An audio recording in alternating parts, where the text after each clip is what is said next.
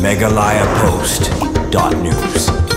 Arut gid khot ka agency mentagasngi kilawan pendemno ilade khmat usup tendens of police ka Eastern West Kasihil. Kini ke arut belakam ilade bagi digit khot ka agency gigantum yaudi various jarwa live arstem kerta bat uridor lendo online live arstem kerta. Haka bakila pelaru bakila sya ilam bakla penlech Bangladesh ha Samuel walang pasentiu bala sya thwet jur halor ke shilong sadar police case ka baidei berkejing premthai bom IED ha Bostan karkum ka khubor na usup tendens of police kini ke arut ki bala one man pendem kilai thu bakila peniso bat kaseng HNLC haka bala ben shed benle bun ki kam ki ba kimsoi hap satya bat kentup ki kam thung jing thung bakum ki khot kaseng kimsoi hap halor ka thong jong kaseng te ki arut kila pelaru Ahmad Kipulin bakim hun setia kakam bala bensiat iki dakit khot bakam he ke channel C menta lakumba khatsan benai Kilarai ru ban pet no na Bangladesh na du kar potri ujeliu arjar pusan da ka jingang not banwan paino shalaying lesem bat sya ka imlang kasalang bat kila pen pauru ba kila babe ban lek peniso bat kate keseng HNLC shushu usup tenden of police la kenru ba kane jingwan pendem jong kine ki arngot kalong shibenta ka jingjom aka bala dep bantuk kid iki bala record ru e ka jing pen pau jengki bala bu iki menta haka jaga basangan klang bandang yo to kid kambania halor kane jingwan pendem jongki